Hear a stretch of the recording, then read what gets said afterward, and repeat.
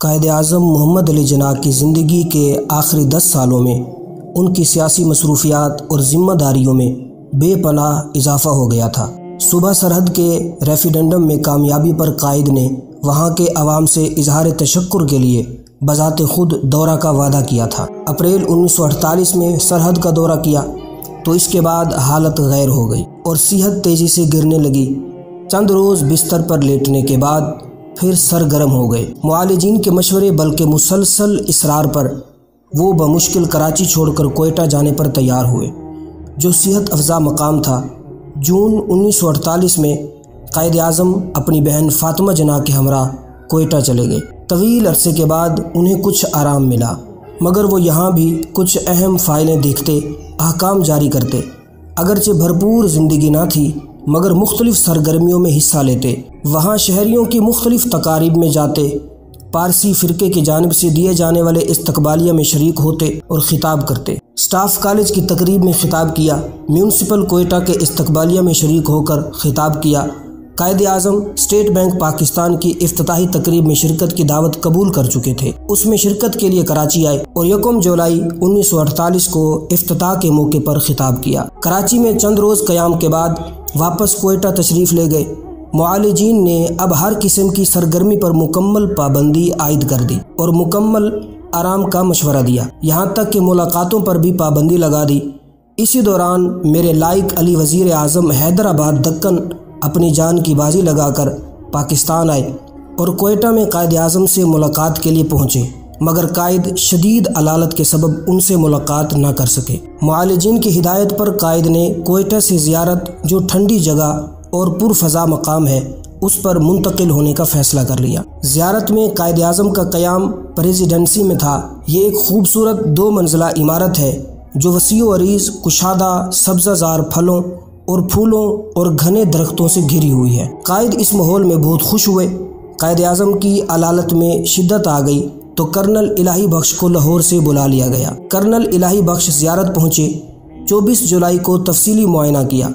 اگلے روز کوئٹہ سے civil surgeon doctor Siddiqui اور پیتھالوجسٹ ڈاکٹر محمود ضروری آلات لے کر زیارت آ گئے۔ خون اور تھوک کے معائنے کے بعد پھیپھڑوں میں ورم تشخیص کیا اور وہ کئی سال سے اس مرض میں مبتلا ہے۔ قائد اعظم نے کہا، آپ فاطمہ جناح کو اس کے بارے میں نہ بتائیں کہ وہ ایک خاتون ہے۔ ان دنوں قائد اعظم کی ملاقاتوں پر مکمل پابندی تھی، مگر امریکہ میں سفیر پاکستان مسٹر اصفہانی زیارت کے لیے پہنچ گئے۔ وہ قائد کے رفیق خاص تھے، انہیں قائد سے ملاقات کی اجازت مل گئی۔ مسلسل گرتی ہوئی صحت پر ڈاکٹر الہی بخش کی تجویز پر لاہور کے ڈاکٹر ریاض علی شاہ، ڈاکٹر عالم اور پیتھالوجسٹ ڈاکٹر غلام محمد نے زیارت پہنچ کر معائنہ کیا اور ٹیسٹ کیے اور کرنل الہی بخش کی تشخیص کی تائید کر دی۔ ان کی ہدایت پر قائد بمشکل رضامند ہوئے کہ رات کو ان کے پاس نرس ہونی چاہیے، چنانچہ کوئٹہ کی ایک نرس وہاں آ گئی۔ جولائی کے آخر میں وزیر اعظم لیاقت علی اور سیکریٹری جنرل کابینہ چودھری محمد علی اچانک زیارت پہنچے۔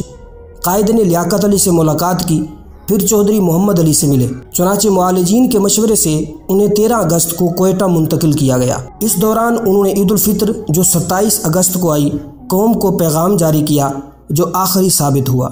ستمبر کے اوائل میں ڈاکٹر ان کی صحت سے مایوس ہو گئے تھے، انہیں سانس لینے میں مشکل پیش آتی تھی، اکثر آکسیجن دی جاتی۔ مایوس ہو کر رات ان کی صحت کے لیے دعا کیا کرتے۔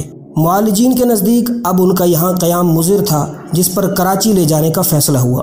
چنانچہ 11 ستمبر 2 بجے دوپہر سٹریچر پر ڈال کر جہاز پر لے جایا گیا۔ جہاز کے عملے نے صف آرا ہو کر سلامی دی۔ قائد نے اشارے سے جواب دیا۔ قائد بیٹھ نہیں سکتے تھے۔ آرام دہ نشستوں کو بستر میں بدل دیا گیا۔ محترمہ فاطمہ جناح اور وہ کوئٹہ کی نرس آپ کے ہمراہ تھیں۔ جب تک جہاز پہاڑوں کی بلندیوں پر پرواز کرتا رہا، قائد کو آکسیجن دی جاتی رہی۔ 2 گھنٹے بعد چلچلاتی ہوئی دھوپ میں جہاز ماڑی پر اترا، جہاں ان کی ہدایت کے مطابق ان کے ملٹری سیکریٹری موجود تھے۔ قائد کو ایمبولینس پر لٹا کر گورنر ہاؤس کی طرف روانہ ہو گئے۔ باقی لوگ پہلے کارواں میں روانہ ہو گئے۔ ایمبولینس بہت آہستہ آہستہ چل رہی تھی، جس کے پیچھے کار میں ملٹری سیکریٹری اور ڈاکٹر تھی۔ 4 میل بعد ایمبولینس میں خرابی پیدا ہو گئی۔ ڈرائیوروں کی کاوش کے باوجود انجن سٹارٹ نہ ہوا۔ یہاں عام طور پر تیز ہوا چلتی ہے، آج ہوا بند تھی، حبس تھی اور شدید گرمی میں دوسری کار میں منتقل نہیں کیا جا سکتا تھا۔ دوسری ایمبولینس کا انتظار تھا۔ قریب سے کاریں آتیں اور گزر جاتیں، کسی کو معلوم نہ تھا کہ ان کے قائد نجیف اور نزار دم توڑ رہے ہیں۔ دوسری ایمبولینس آئی اور یوں قائد شام کے 6 بجے گورنر جنرل ہاؤس پہنچے اور جلد ہی گہری نیند سو گئے۔ 2 گھنٹے بعد انہوں نے آنکھیں کھولیں۔ محترمہ فاطمہ جناح ان لمحات کا تذکرہ کرتے ہوئے لکھتی ہیں، انہوں نے سر اور آنکھوں کے اشارے سے مجھے اپنے پاس بلایا اور بات کرنے کی کوشش کی اور سرگوشی کے انداز میں کہنے لگے، فاطمہ، خدا حافظ، لا الہ الا اللہ محمد الرسول اللہ۔ ان کا سر آہستگی سے دائیں جانب ڈھلک گیا، آنکھیں بند ہو گئیں۔ چند لمحوں میں ڈاکٹر پہنچ گئے۔ رات کے 9:30 بجے انہوں نے معائنہ کیا، انجیکشن دیا اور کرنل الہی بخش نے جھک کر کہا، ہم نے طاقت کا انجیکشن لگا دیا ہے، جلد ہی کمزوری دور ہو جائے گی اور آپ اچھے ہو جائیں گے۔ قائد اعظم نے سر کو نفی کے انداز میں جنبش دی، نہیں، اب زندہ نہیں رہ سکوں گا۔ یہ آخری جملہ تھا جو قائد کی زبان سے ادا ہوا اور جان آفرین کے سپرد کر دی۔ کمرے میں سکوت کا عالم تھا۔ ان کا جسم سفید چادر میں ڈھانپ دیا گیا۔ چند لمحوں میں یہ خبر پورے ملک میں پھیل گئی اور گورنر جنرل ہاؤس کے آہنی دروازے عوام کے لیے کھول دیے گئے۔ ہزاروں افراد لمحوں میں جمع ہو گئے، پھر ہر کوئی اشکبار تھا۔ ملت کا پاسباں ملت کو روتا، چیختا، چلاتا چھوڑ کر چلا گیا۔ جی لانا لکھتے ہیں کہ میں جب گورنر ہاؤس پہنچا تو حکومت کے اہم افراد وہاں نظر آئے۔